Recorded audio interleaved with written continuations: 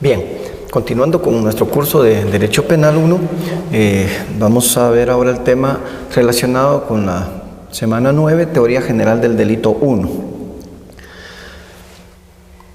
¿Cuál es el objetivo de este tema? Que el estudiante de la Universidad Rural de Guatemala conozca tanto los elementos positivos como los elementos negativos del delito, de nuestro ordenamiento jurídico penal guatemalteco. Recordando como un antecedente que fue en la antigua Roma, donde por primera vez aparece la valoración subjetiva del delito, ¿verdad? Es decir, juzgando la conducta antijurídica, atendiendo a la intención ya sea dolosa o ya sea culposa de la gente, tal y como se regula actualmente en nuestro ordenamiento jurídico penal o en el ordenamiento jurídico penal moderno, ¿no?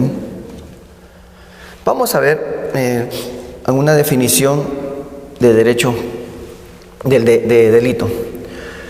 Se dice que el delito es una acción típicamente antijurídica y culpable, a la que está señalada una pena, ¿verdad? Otra definición que podemos decir del delito es que es el acto típicamente antijurídico, culpable, sometido a veces a condiciones objetivas de penalidad, imputable a un hombre y sometido a una sanción penal.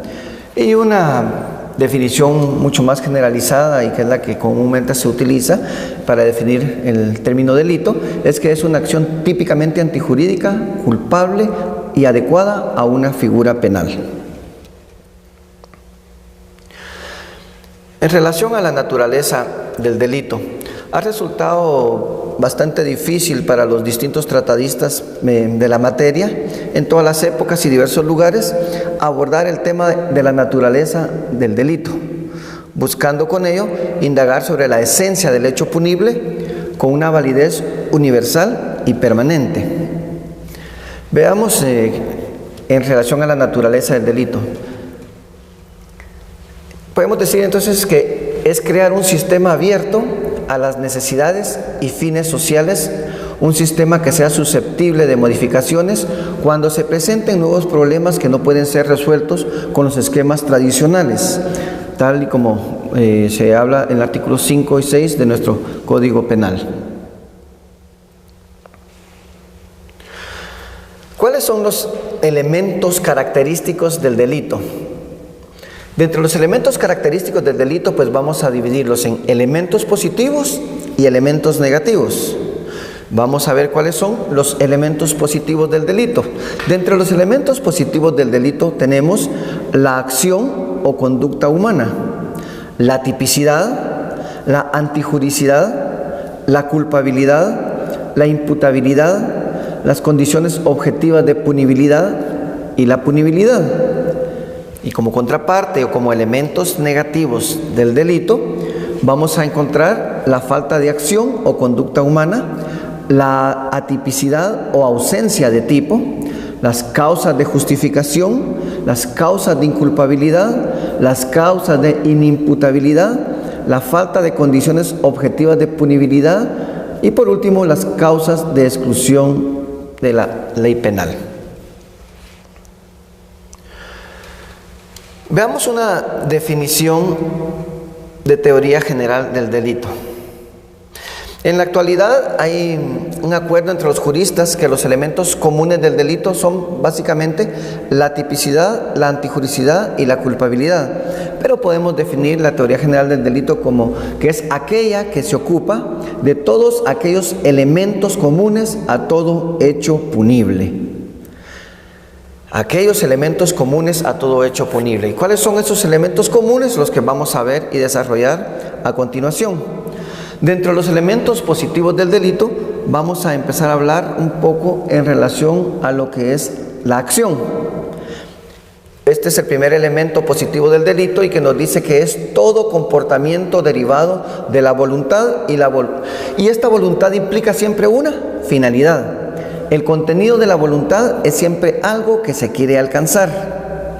La dirección final de la acción se realiza en dos fases, una interna y otra externa. Ambas fases de la acción es lo que se conoce como el iter criminis. Y cuando hablamos de esa fase interna y esa fase externa, la fase interna podemos decir que es aquella que ocurre siempre en la esfera del pensamiento del autor, en donde se propone la realización de un fin. ¿Para qué? Pues para llevar a cabo ese fin, selecciona sus medios necesarios, su finalidad. Cuando el autor está seguro de lo que quiere, decide cómo lo quiere y una vez cree que es probable, pues lo realiza, ¿verdad? Esa es la fase interna. Y la fase externa, pues es después de la realización interna, el autor realiza la actividad en el mundo exterior. Ahí pone en marcha, conforme a su fin, sus actividades, su proceso de ejecución del acto.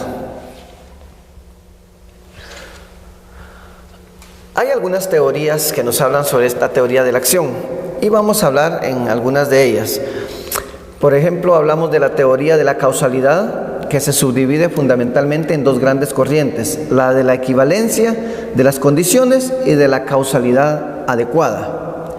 La equivalencia obedece a una acción ciega y se le considera sin interferencia alguna de nociones valorativas o subjetivas. Mientras que la causalidad adecuada, en cambio, atiende a la eficiencia intrínseca de la condición para producir en abstracto la consecuencia dada. ¿Cuándo hay ausencia de la acción? Vamos a ver que hay ausencia de la acción, en primer lugar, cuando se da la fuerza irresistible. La fuerza irresistible es una causa de inculpabilidad. O sea que este caso lo toma como una ausencia de voluntad. No hubo voluntad para realizar la acción. Si una persona es amarrada, por ejemplo, a un árbol para impedir que cumpla un deber que está obligado a realizar, aquí se da la fuerza irresistible. Va a haber falta de acción.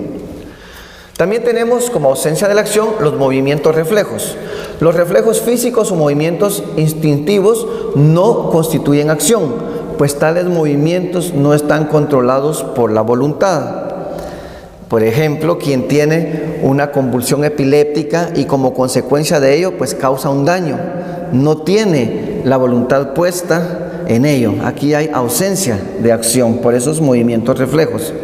También estamos en los estados de inconsciencia, como una ausencia de la acción. En la situación de un sonámbulo o un hipnotizado se pueden realizar actos que no dependen de la voluntad y en consecuencia pues no hay acción penalmente relevante. Formas de la acción. Dentro de las formas de la acción vamos a ver la acción y resultado y la imputación objetiva. En cuanto a la acción y resultado, podemos decir que la acción como manifestación de voluntad produce siempre un resultado en el mundo exterior.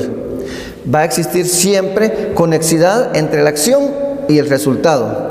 Cuando el resultado no se produce a pesar de la voluntad y los medios puestos en ellos, se da solamente lo que conocemos como la tentativa. Pero también tenemos la imputación objetiva. En los delitos de resultado siempre hay una relación de causalidad entre acción y resultado. Es decir, una relación que permite, en el ámbito objetivo, la imputación del resultado producido al autor de la conducta que lo causa. La relación entre la acción y el resultado se denomina imputación objetiva del resultado. Vamos a ver un poco sobre la teoría sobre la relación de causalidad. Y esta teoría de la relación de causalidad lo vamos a ver desde dos puntos de vista en cuanto a la equivalencia de condiciones y la adecuación. En cuanto a la equivalencia de condiciones, todas las condiciones de un resultado son equivalentes. En cuanto a la adecuación, solo es condición aquella que generalmente es adecuada para producir el resultado. Cuando una persona normal colocada en la misma situación hubiere podido prever que el resultado se produciría inevitablemente, si la acción se ejercita con la diligencia debida, aquí estamos hablando precisamente de la adecuación. Obviamente las personas pues podemos accionar, pero también podemos dejar de accionar. Y cuando dejamos de accionar, estamos hablando de lo que se conoce como la omisión, que es también está dentro de los primeros elementos positivos del delito, acción y omisión. Veamos la omisión. La omisión que importa al derecho penal es aquella que alguien debió realizar. El delito de omisión consiste siempre en la infracción de un deber impuesto por la ley en función de la protección de determinados bienes jurídicos. ¿Cuál es la relación de conexidad o causalidad en la omisión? Lo que interesa en los delitos de impropia omisión es la posibilidad que tuvo el sujeto de evitar un resultado.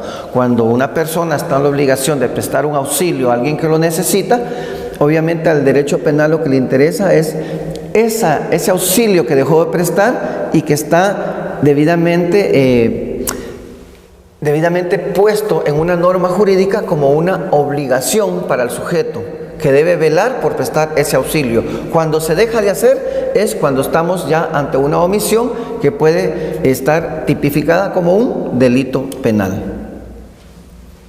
Para concluir nuestro tema vamos a concluir con 3 preguntas.